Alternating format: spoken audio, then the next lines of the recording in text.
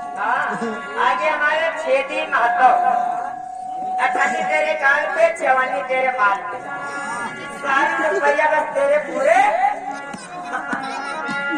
तेरे काजल लड़का देने ये लड़का देने में थोड़े काजल लगाएंगे अरे ये रुपया महीने काजल मिलता है 10 रुपया काजल मिलता है